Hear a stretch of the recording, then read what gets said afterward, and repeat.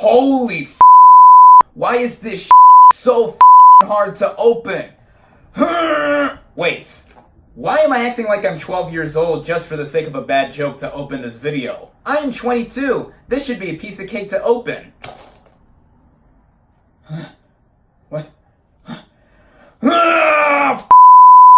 What is up, everybody? Random Man here, bringing you my review for Good Boys. Now, the plot of this comedy film basically follows the misadventures of three sixth graders, played by Jacob Tremblay, Keith L. Williams, and Brady Noon, as they try to impress their classmates by going to a kissing party. Going into this movie, I had moderate expectations to see it, especially since I was exposed to the inescapable marketing campaign that this movie had, with the three young leads not in real life being able to see their own movie that they starred in. There was also the factor of this movie constantly being dubbed the updated tween version of Superbad before its release, and as I said in the past, Superbad is one of my all-time favorite coming-of-age comedy films, and earlier this summer, we even got a movie that emulated the premise of Superbad with Booksmart, and that was dubbed the modernized female version of Superbad before its release, but I found that movie to be more than that, and it's one of my favorite movies of the year so far. So Good Boys had a curiosity factor in me, want to see this novelty premise be done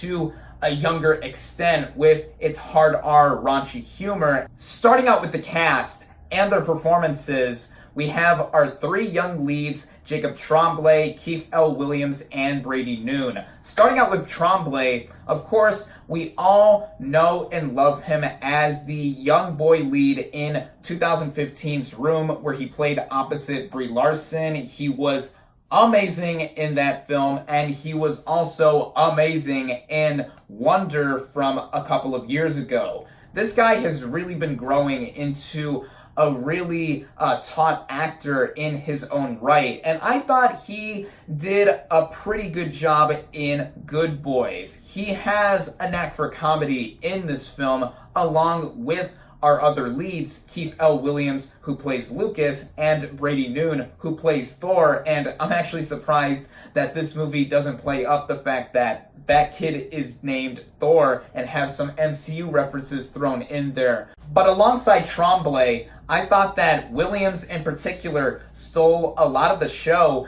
as the quote-unquote narc of the trio, and then we have Noon as the more troublemaking member of the group, and Tremblay's Max is specifically the most hormonally charged of the tween trio, and they all have their specific quirks, but all three of them have some pretty dynamite chemistry together. Going into some of the older members of the cast, we have the likes of Will Forte as Max's father. Connecting this back to Booksmart again, he was in that movie earlier this year where he played the dad to Caitlin Deaver's character. I thought he was good for the screen time that he had in Good Boys. And connecting to another member of Booksmart in this film, there's also Molly Gordon as Hannah. She played Triple A in Booksmart, and her bestie, Lily, played by Midori Francis. These two are holding the drone of Max's father hostage after the boys tried using it to spy on them.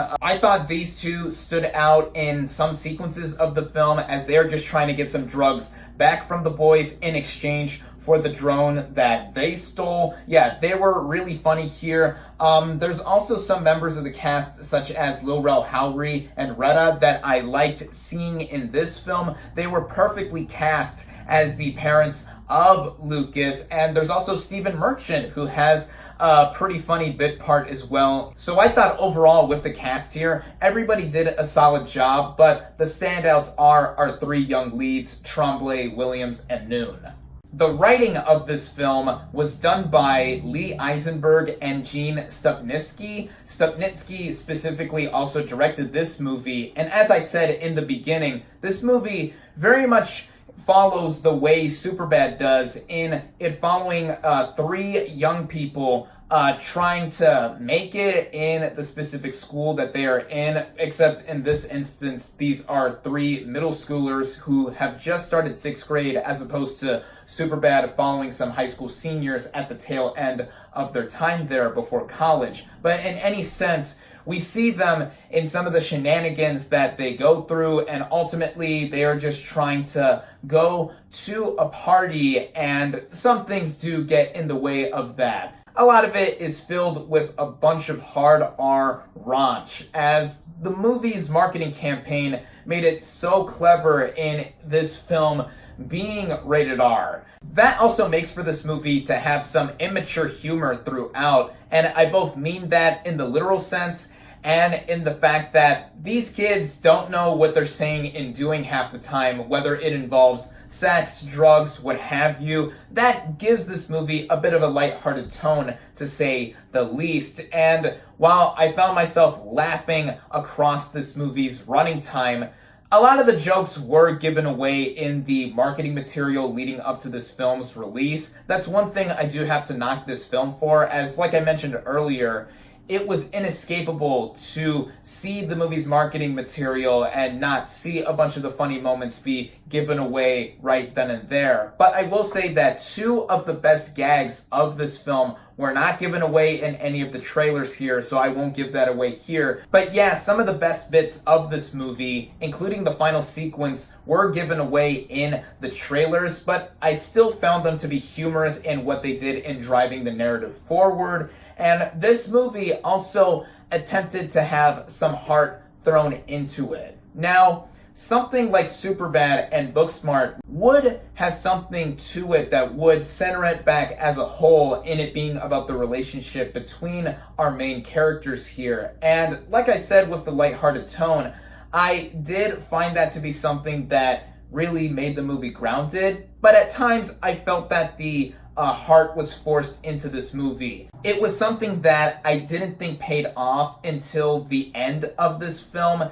And with this movie also being the directorial debut of Gene Stupnitsky, I could tell that in some of the moments where the movie was trying to create a moment, it felt like it got in the way from the comedy that this movie had, as I surprisingly wasn't that bothered by how in your face some of the raunchy moments of this movie were. Two of this movie's producers are Seth Rogen and Evan Goldberg, who were the writers on Superbad, and Rogen also co-starred in that film. So if you come to know their brand of humor, you pretty much know what to expect when going into Good Boys. And like I said, I found myself hysterically laughing in a lot of moments of this movie. So it shows how into the movie I was as a whole, and it running about 90 minutes in length was just about the right running time for this film, as straight up comedies like this one shouldn't run for more than that, in my opinion. The technical merits of this movie and the way it looked and sounded, I thought were all sufficiently done for what a comedy like this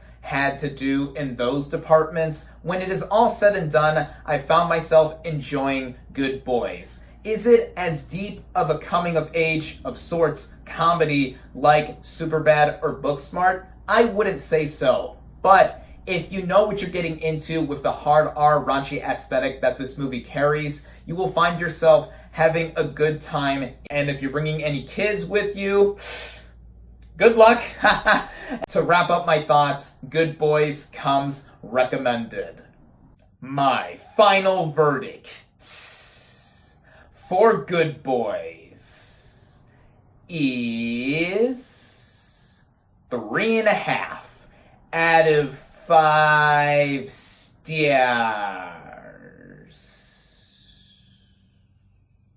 Thank you all, as always, for watching. Be sure to like this video, comment on what you thought of Good Boys, social media links in the description, subscribe to my channel for more, and I'll catch you on the next movie review.